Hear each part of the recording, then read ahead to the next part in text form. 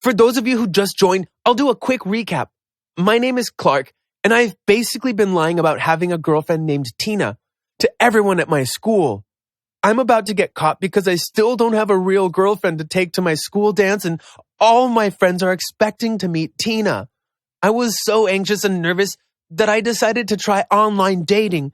I turned to my sister for some help with setting up my profile, and I finally got a date with this super cute girl named Amy. Okay, technically my sister got me the date, but when I got to the mall for my date with Amy, I got catfished by a 9-year-old boy. He told me Amy wasn't coming. I didn't understand. He just looked at me with a blank stare, so I couldn't tell if this was a joke or if he was serious. I was absolutely furious, and I asked him why he lied about being Amy. I told him it was wrong to lie to people and that he did a really bad thing. He was quiet for a moment. He looked ashamed and embarrassed.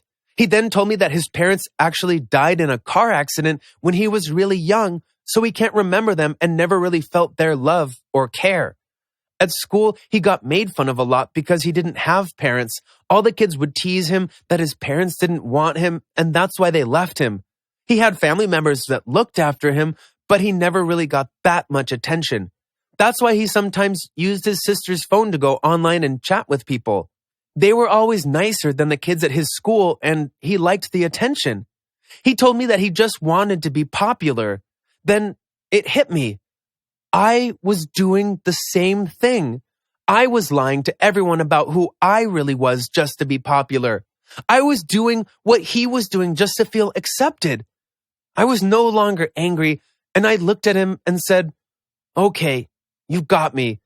But I was planning on taking Amy over to the arcade and then grabbing some food to eat.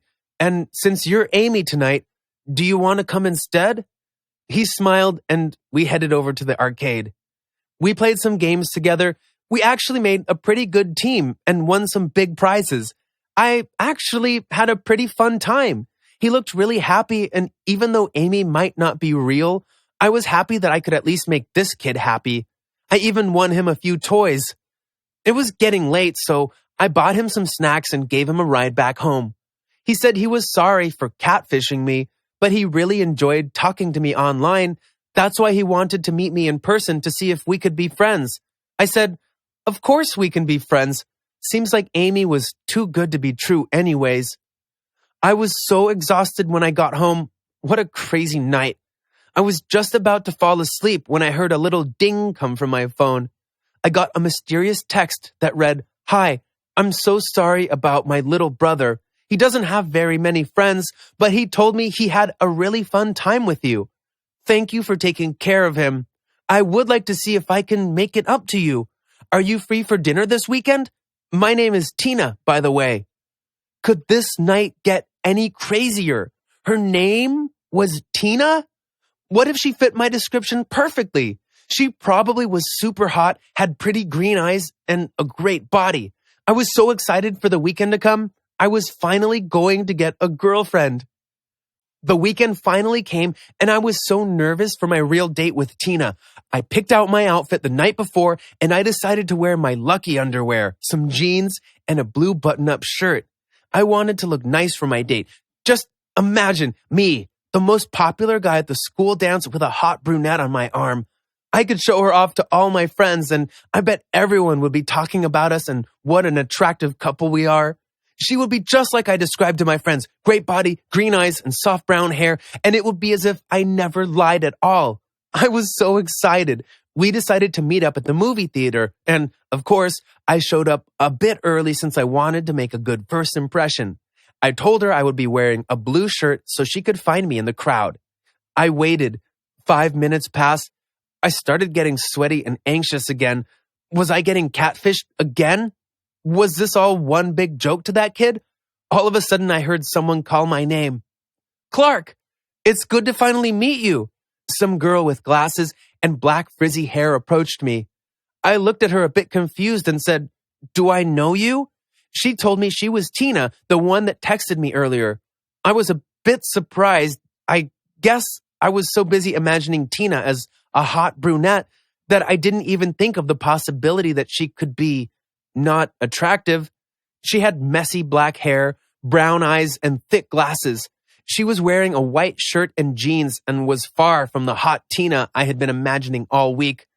I couldn't back out now. That would be too mean. We went inside to watch the movie, and I let her pick what movie she wanted to watch. She stopped for a minute to think, and she said, "Ooh, let's watch Bonesaw 2. I've seen the first one and was a huge fan." I looked at her in shock. She was a fan of Bonesaw? I had been wanting to watch the second one for months, and I couldn't believe she was a fan of horror and gore. I bought 2 tickets, and we went inside the theater to watch. During the movie, she didn't even get scared the whole time. She seemed to really be enjoying herself. After the movie, we went to McDonald's to grab a bite to eat. She told me about her favorite hobbies and what it was like growing up with just her and her brother. As I got to know her better, I didn't really mind that she was a bit nerdy. She loved gore and horror movies, reading sci-fi books and fan fiction, and volunteered at a local animal shelter. She didn't play any sports though, but I told her I could teach her. She was really funny and made me laugh a lot, even at the smallest, stupidest things. I've never been able to connect with a girl like this before, and I realized that she was a real person that I actually liked, not just something I made up in my head of what I thought a girlfriend should be. We went on a few more dates after that, and every time I learned something new about her. She loved reading and writing. She was even working on writing her own fan fiction, and I told her to share it with me. We had such a great time together, and I was learning so much about her and myself as time went on. I think she felt the same way about me too. I realized that maybe my idea of what a girlfriend should be was changing. A girlfriend should be someone you get along with and that makes you laugh. I was so caught up in hanging out with Tina, I completely forgot about the school dance. I wanted to ask her to the dance, but she didn't really fit my description of what I told my friends, so I'm not sure what I'm going to do about that. Does this mean I'll have to tell the truth and bring Tina as my date? Or continue living a lie and trying to find a new girlfriend who was hotter? Remember to like and subscribe.